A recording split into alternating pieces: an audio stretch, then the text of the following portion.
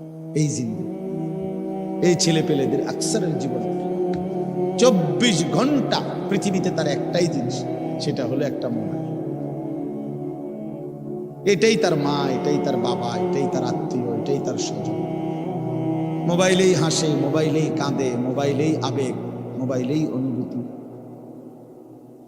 সব কিছু জীবনের মোবাইলটা।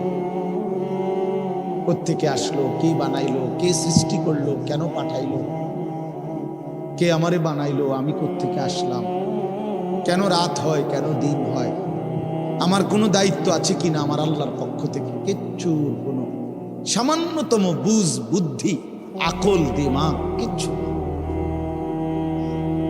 365 দিন, এক বছরে কোনো দিন নামাজ পড়ে না, তারও কিছু মনে পড়ে না, কেউ তারে মনে করাইও দেয় না। কই তার বাপ কেডা, তার মা কি, কেউ একটু বলেও না যে কিরে বাপ, তুমি যে এক ওয়াক্ত নামাজ পড়ো না, তুমি মুসলমানের বাচ্চা হইলা কেন, তুমি মানুষের বাচ্চা হইলা কেন? তার মা একটা বার বলে না, মা এ কেমন, সন্তানই কেমন। আমার খুব আফসোস লাগে, এটা খুব আফসোস। মাঝে মাঝে মনটা চায় যে কি আসলে কি মুসলমান এত পাষাণ হইল কেন? বাপে কেমন, সন্তানেই কেমন, মাই কেমন, মেয়েটাই কেমন। কেউ পর্দা করে না, মাও বেপর্দা, মেয়েও বেপর্দা। বাপ, ফুত, জি, ছেলে মেয়ে সবাই মিলে টেলিভিশন চায়, একসাথে নাচ গান, নর্তকীর ছবি, নাটক, সিনেমা দেখতেছে। ছি ছি ছি ছি, কত নিকৃষ্ট মুসলমান, কত বেশরম, বেহায়া, নির্লজ্জ হইলে এত বড় বেশরম হইতে পারে? আত্মমর্যাদা, আত্মসম্মান, লজ্জা যদি এক বিন্দু থাকতো, তাইলে তো বাবা জিজ্ঞেস করতো যে কিরে বাপ, তুই মুসলমানের ঘরে জন্ম নিয়া এক ওয়াক্ত নামাজ পড়ে না, তুই কেমনে রে আমি মুসলমানের সন্তান হইলি? তুই মুসলমানের ঘরে সন্তান হইলি কেমন?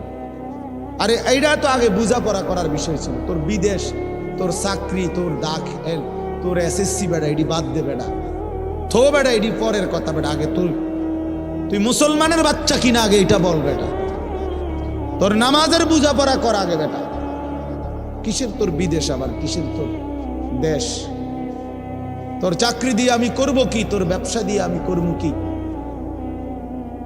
তোর উপার্জন খাইয়া আমি করবো কি বেটা? তুই তো হারাম কর, তো নাফরমান। এতটুকু যদি বিবেক বাবার না থাকে, সেটা কেমন বাবা, এ কেমন অভিভাবক, এ কেমন মুসলমান মা বাবা, যাদের হৃদয়ে এ কথা আসলো না? আপনার তো উচিত ছিল আগে এই বোঝাপড়া করা। আগে ছেলের সাথেই বোঝাপড়া করেন, তুই মুসলমানের বাচ্চা কিনা আগে এটা বল। মুসলমানের বাচ্চা 16 বছরে এক ওয়াক্ত নামাজ ছাড়া থাকে কেন? কথা বলেন, ইনসাফ কি বলে? ইনসাফের কথা বলেন, বিচারের কথা। ছেলেগুলোকে আপনারা এভাবে ছেড়ে দিলেন, আর তোমরা ছেলেরাও বাবা এভাবে নষ্ট হয়ে গেল। অনাদরে, অবহেলায় এমন সুন্দর জীবন, এমন সুন্দর যৌবন, শরীর, স্বাস্থ্য সব শেষ করে দিলাম।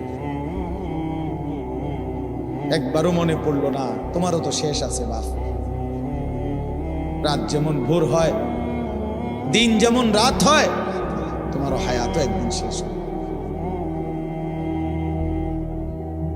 প্রতি ঘন্টা, মিনিট, সেকেন্ড যায় মানে তোমার হায়াত যায়, আমার হায়াত যায়, ঠিক না? তো আল্লাহ আমাদেরকে বুঝ দান করেন। এজন্য বাপ আমরা ভাবা উচিত, আমাদের এটা ফিকির করা উচিত। এ ছোটরাও, বড়রাও, মাঝ বয়সীরাও, এত লাগাম ছাড়া মানুষ হয় না। মুসলমানের জীবন এত বড়, জন্তু জানোয়ারের মতো হওয়ার কথা না বাবা। হ্যাঁ, গুনাহ হইতে পারে, গুনাহ আমারও আছে, আপনাদেরও আছে, গুনাহ হইতে পারে, হবে। সেটা হলো হুচট খাওয়া। মানে চলার পথে আমি 10 কিলো পথ হাঁটলাম, আমি 30 কিলো পথ গেছি এক জায়গা থেকে আরেক জায়গায়, তো এই চলার পথে হয়তো একবার আধবার পড়ে যাইতে পারি, পিছলা খাইতে পারি, ঠিক আছে, এটা হইতে পারে। কিন্তু আমি বুঝি 30 কিলোমিটার একেবারেই ফিরে রইলাম, পিছলা খাইয়া রইলাম, তাহলে ভুল আমার হইতে পারে, গুনাহ আমার হইতে পারে, আমার 6 মাসে কোনোদিন নামাজ ছুটে যাইতে পারে, আমি জীবন চলার পথে কখনো কাউকে রাগ করতে পারি, গালি দিয়া লাইতে পারি, এটা তো হওয়া স্বাভাবিক, হইতে পারে। কিন্তু লাগাতার প্রতিদিন একরকম, এটা মুসলমান? কথা বুঝছেন কিনা আমার? আপনি বুঝি এখানে প্রত্যেকদিন মিশা কথা বলবেন, আপনি বুঝি প্রতিদিন সুদ খাইবেন, আপনি বুঝি প্রত্যেক দিন ওজনে কম দিবেন, এটা বুঝি মুসলমান? আপনি বুঝি একদিনও নামাজ পড়তেন না, আপনি বুঝি 365 দিনে কোনোদিন ফজরের নামাজ পড়তেন না, এটা মুসলমান? তো এটা তো হুচট খাওয়া না, এটা তো গাদ্দারি, এটা তো ইচ্ছা করে ঠান্ডা মাথায় ধীরে সুস্থে ভেবে চিনতে আল্লাহর সাথে গাদ্দারি করতেছে, আল্লাহরে বুড়া আঙ্গুল দেখাইতেছে যে দেখো কইলা কেন সেজদা দিতাম না, চাই কিতা করতাম। আল্লাহ বলবে অসুবিধা নাই বান্দা, বাতে না খাও, আর তো বেশি কিছু না, দুগা খানাই তো খাও আর ঘুম যাও, খানা তো কুত্তাও খায়। তবে মনে রাখো কবরে আইসো একটা লাথি দেওয়া মু ফেরেশতারে দিয়া, একটা লাথি, এক লাথিতে বুঝবা আমার নাফরমানির শাস্তি কি। কাল্লা সাউফা তা'লামুন সুম্মা কাল্লা সাউফা তা'লামুন। আল্লাহ বলে বান্দা কবরে আইসো, আমি বুঝায় দেব আমার নাফরমানির শাস্তিটা কি।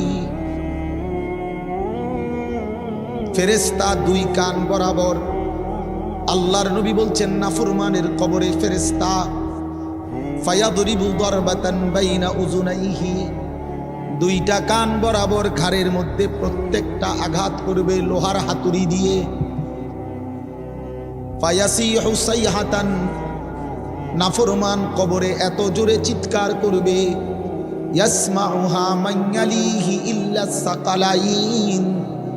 আল্লাহর নবী বলেন দুনিয়াবাসী মানুষ এবং জিন ব্যতীত আল্লাহর সব সৃষ্টি ওই বেঈমানের কবরের চিৎকার শুনতে পাবে, এমন জোরে চিৎকার দিবে। একটা একটা আঘাত এভাবেই চলবে কিয়ামত পর্যন্ত, এভাবেই চলবে কিয়ামত পর্যন্ত। আল্লাহর নবী সাল্লাল্লাহু আলাইহি ওয়াসাল্লাম বলেন নাফরমান পাপীকে যখন কবরে রাখা হবে, 3টা প্রশ্নের উত্তর যখন নাফরমান দিতে পারবে না, সাথে সাথে কবর তারে এত জোরে একটা চাপ দিবে, একটা চাপ দিয়া ডান পাশের মাটি বাম দিকে, বাম দিকের মাটি ডান পাশে চলে আসবে, হাত্তা তাখতালিফা আদলাউহু। আল্লাহর নবী বলেন ডান পাশের পাজরের হাড্ডি ভাইঙ্গা বাম পাশে ঢুকে যাবে, বাম পাশের হাড্ডিগুলো ভাইঙ্গা ডান পাশে ঢুকে যাবে।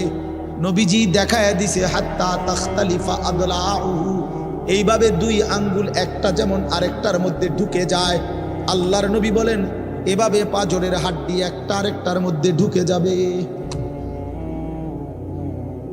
কি বাপ মনে করছো তোমারে এমনে এমনে ছেড়ে দিব? কি মনে করছো যার ভাত খাইলা তার বুঝি হিসাব দিতে হবে না? কি মনে করছো মুফত এটা? হ্যাঁ, কার পানি পান করেছো, কার ভাত খেয়েছো, কার আসমান, কার জমিন, কার চন্দ্র, কার সূর্য ব্যবহার করেছো বান্দা? কার এটা? তোমার আব্বার? শরীরটা তোমার বাপের নি, চোখ নাক কান তো তোমার আল্লাহর। আলাম নাজআল লাহু আইনাইন ওয়া লিসানাও ওয়া শাফাতাইন। আল্লাহ বলে বলো না বান্দা আমি কি 2টা চোখ দেই নাই? ওহ বাবা কথা কই, আমি কি জিহ্বাটা দেই নাই? আমি কি 2টা ঠোঁট দেই নাই? তো উত্তরে কি বলবেন যে না দেন নাই? কি বলবেন? কথা বলেন। তো এই কথা বলার হিম্মত আছে কারো যে আল্লাহ আপনি চোখ দেন নাই, আপনি ঠোঁট দেন নাই? কারো সাহস আছে কিনা এটা বলার? তাইলে আল্লাহই তো দিয়েছেন। আলাম নুসিহ জিসমাকা, হাদিসে আছে নবীজি বলেন আল্লাহ জিজ্ঞেস করবে হাসরের মাঠে, বান্দা বলো না আমি কি তোমার শরীরটা সুস্থ রাখি নাই? ওয়া নুরভিকা মিনাল মা, আমি কি প্রতিবার তৃষ্ণার্ত অবস্থায় তোমারে আমি আল্লাহ তো আমি কি পানি পান করাই নাই? আমি তো পানি পান করিয়েছিলাম, আমি তো তৃষ্ণা নিবারণ করেছিলাম, আমি তো ক্ষুধার চাহিদা পূরণ করেছিলাম, আমি তো কায়নাতের সূর্য চন্দ্র আলো বাতাস দিয়েছিলাম।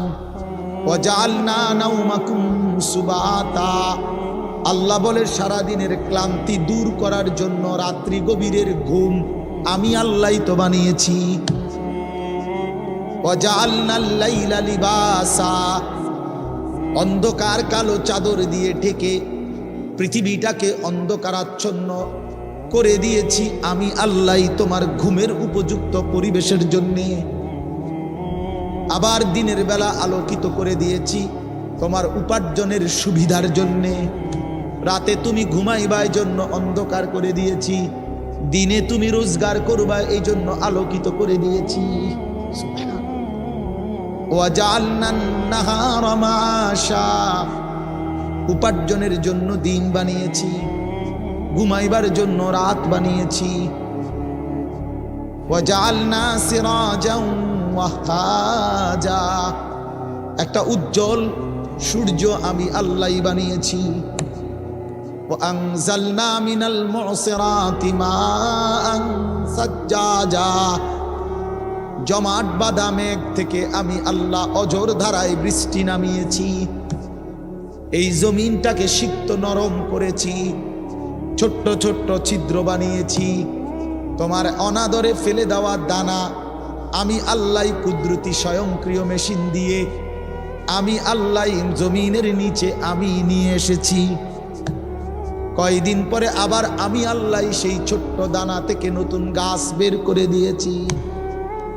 লিনুখরিজা বিহি হাব্বান ওয়া নাবাতা, তাহলে রিজিকের ব্যবস্থা আমি করলাম, ঘুমের ব্যবস্থা আমি করলাম, উপার্জনের পরিবেশ আমি করে দিলাম, শরীর স্বাস্থ্য জীবন যৌবন আমি দিলাম। আমি কেন সেজদা পেলাম না? আল্লাহ যদি বলে বান্দা আমি কি অপরাধ করলাম, আমি তোমার এত কিছু দিয়ে আমি কি অন্যায়টা করলাম যেই অপরাধের কারণে তুমি আমারে সেজদা দিলা না? কি বলবা যুবক? নাফরমান যুবক কি বলবা? অসভ্য যুবক যে নামাজ পড়ো না, হায়ওয়ান তুমি কি বলবা? তুমি মানুষ না জানোয়ার? বেনামাজি তুই মানুষ না জানোয়ার? বল, মানুষ না জানোয়ার বল বেটা।